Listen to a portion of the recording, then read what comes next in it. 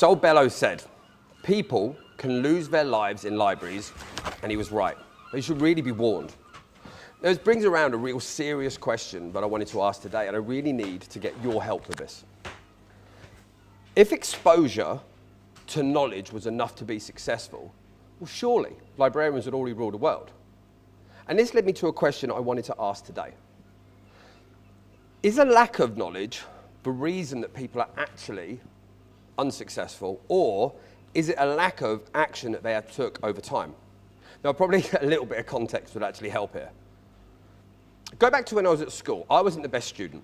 I never really saw the real benefits of a lot of the things I did. For example, I had to write a letter to the Queen once, and she still never wrote back to this day. So I just wasn't really that engaged. But here's the big thing. My science teachers used to seem to take great pleasure in sending me home with these below grade reports, and it was never fun handing it over to my parents, but at the same time, I was never really someone who'd really committed. I'd never really tried. I'd never really gone all at it. But this is the big problem that we've got. Suddenly, I'm 15 years old. I'm only allowed in school 1 day a week, and they say to me, you can go and work on a YTS scheme for the others. Now, back then, being a chef was pretty cool. And I got inspired by the Naked Chef. And for anyone who's too young to know who that is, don't worry, it's not a guy just in an apron and a bare butt. It was actually Jamie Oliver's brand. So first off, I'm immersed in work and I love it. I've got passion, I've got drive, I've got determination. And any time that we're passionate with things, it doesn't feel like effort. And I progressed. Soon I'm quite young and I'm running my own restaurant. But then bang. Overnight, my passion disappeared. My drive dropped. Suddenly, I felt trapped. Suddenly, I felt like I was in a place I couldn't get out of, and I didn't want to be there. But I haven't studied well at school, so now I'm in an awkward position. Now, I've got really a choice. Go and work in the local supermarket, which I didn't really want to do. Or someone said to me, go into sales. So sales it was. Now, this is the good bit. First day, broke all single records. Second day, people have got me on their shoulders and they're carrying me out chanting my name. That did not happen. I literally was terrible.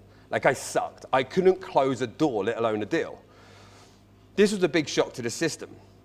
After a bit of convincing, someone that worked there took me under their wing and gave me a bit of guidance, gave me a bit of hope. They inspired me to take action. I started picking up the books, started listening to the tapes, and I started to really learn and become immersed. And again, now I'm immersed, now I'm taking action.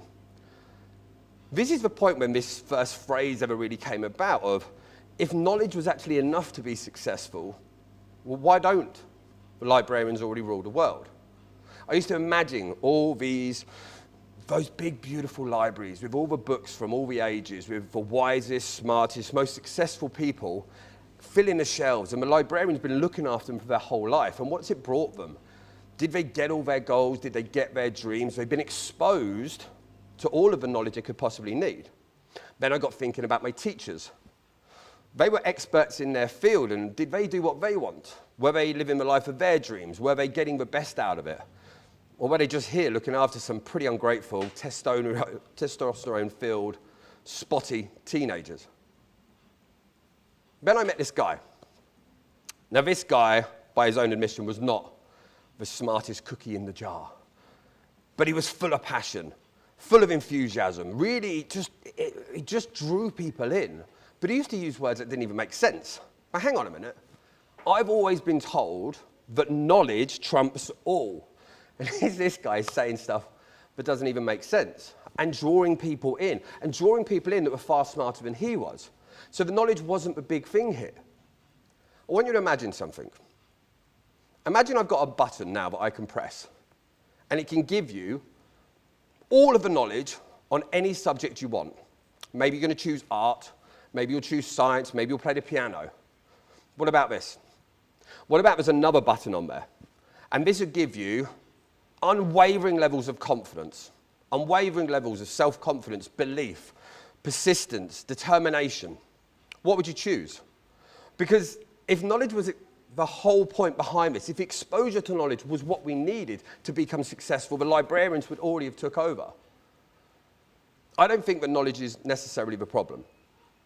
Think about the phones that we're watching this on right now. They're as powerful as most of the computers that help take people on a NASA space mission from Earth up into space and come back safely. We're here swiping left, swiping right, and playing Candy Crush. We've got Google on our phones. We've got the exposure to all the information. So why are we not achieving all the goals? Why are we not achieving all the things that we wanted? I think the problem is a lot of the information that comes through to us, it's coming through on almost a wonky antenna. The information's coming in, but it's just not resonating with us in the right way, and then we don't take the action that's needed to make sure it actually works. If we think about any of the greatest stories ever told, they are normally filled with downsides, peril, danger, objection, hurdles, loss. And the very thing that stops one person pushes another person on, strives them to success. That's the catalyst that helps them.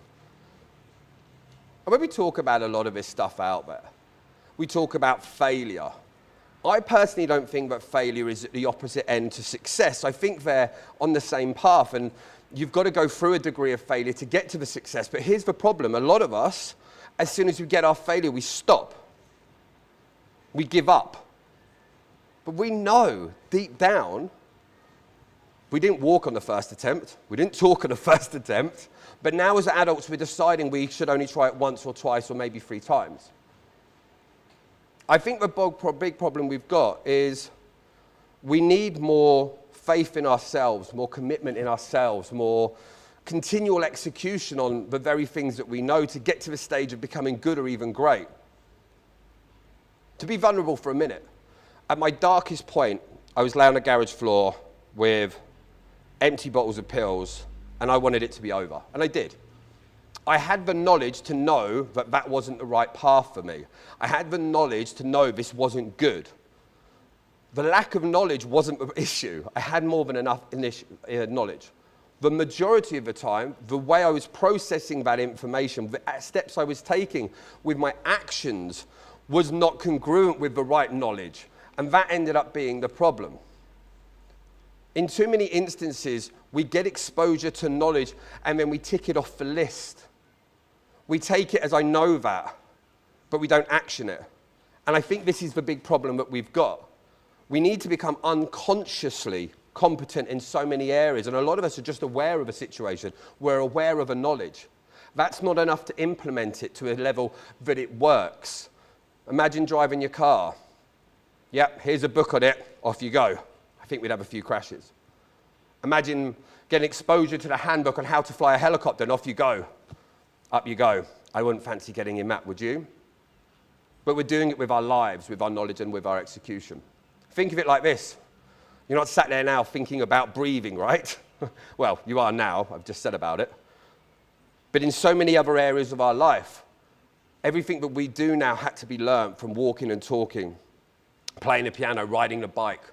All of these things had to be learned, and we fell and we fall, and we continue to fall until we get to a stage of being better. A lot of the stuff we're not unconsciously competent with, so it won't work. I want you to do one quick thing before I go. I want to play a game with you. It's really simple. All I want you to do is finish the sequence. A, B, C, D, E, F. There you go, you've got it. Now remember back at school when you got bored of them keep repeating that same thing? We knew it. We didn't need to keep knowing it, but they wanted us to become what? Unconsciously competent in our area. Now we don't need to remember the alphabet, it's just there, and we need to do that with more things in our lives. I think, and I'll leave you with this thought, the majority of things that we want in our life, we already have the tools in our shed that we need to get to the next level. What we've lacked is the execution, the belief, the practical steps that are going to need to get to that next level. And too often, we're passing over the very tools we need in search for the better tool, the better version, the thing that's going to magically fix everything. I don't think that's what we should do. I think we need to go back to the shed, back to our toolbox. We need to look at the things that we know, and we need to become unconsciously competent and work out why we need those skills and who the very best of those people are at that level. And if they've done it, so can we. I don't think the fact that the new knowledge is always the key. I think we're the key, and we need to unlock it with those tools that we have.